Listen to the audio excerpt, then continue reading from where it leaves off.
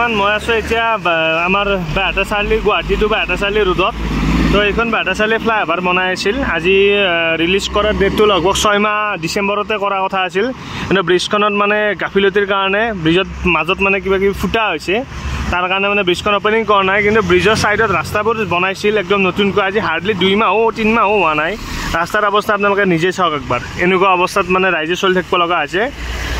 2 মাহ আগতে বনোৱা ৰাস্তা এতিয়া পুৰা ফুটা হৈ গৈছে ৰাস্তা।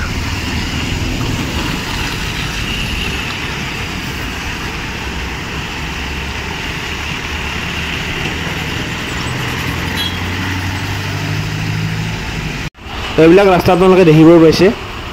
আজি বনোৱা হাৰ্ডলি 3 মাহো হোৱা নাই ছাইডৰ ৰাস্তাবোৰ। আজি ক'ব গ'লে পকী ৰাস্তা আছিল, পকী ৰাস্তাৰ অৱস্থা আজি এনেকুৱা হৈছে। চাৰিওফালে গাঁতা, ৰাস্তাত মানে গাঁতা আছে নে গাঁতাত ৰাস্তা আছে একো ধৰিবই নোৱাৰি।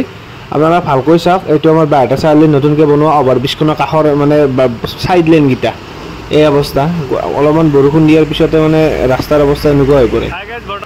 মানে মই বাইক চলাই আছোঁ, আপোনালোকে দেখাই আছোঁ মই আপোনালোকক। মানে প্ৰব্লেমটো কাৰ হৈছে? প্ৰব্লেমটো পাব্লিকৰ হৈছে, আমাৰ হৈছে। অহা যোৱা কৰোঁতে আৰু এক্সিডেণ্টৰ হাৰো বাঢ়িব ইয়াত, কাৰণ স্পীড ব্ৰেকাৰ কিছুমান দিছিল সেইবোৰো ভাঙি গৈছে গোটেই।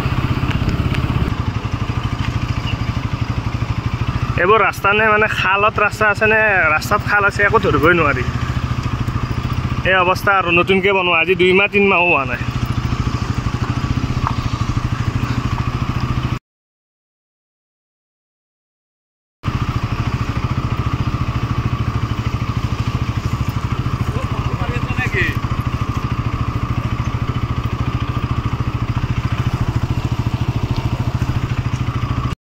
তো গাইজ এইখনে হৈছে অভাৰব্ৰিজখন। এইখনৰ মানে না ৰাস্তাটো আজি 2 মাহ 3 মাহ হৈছে বনাব, কিন্তু ৰাস্তাৰ আপোনালোকৰ অৱস্থা চাওক একবাৰ।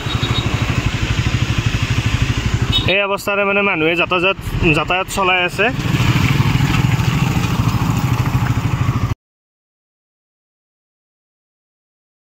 আৰু এইখন ব্ৰিজ আজি 6 মাহ আগতে অপেনিং হ'ব লাগিছিল, কিন্তু আজিলৈকে অপেনিং হোৱা নাই, কাৰণ ব্ৰিজখনৰ গাফিলতি কৰিছে বনাওঁতে। এতিয়া গোটেই ফুটাই ব্ৰিজত।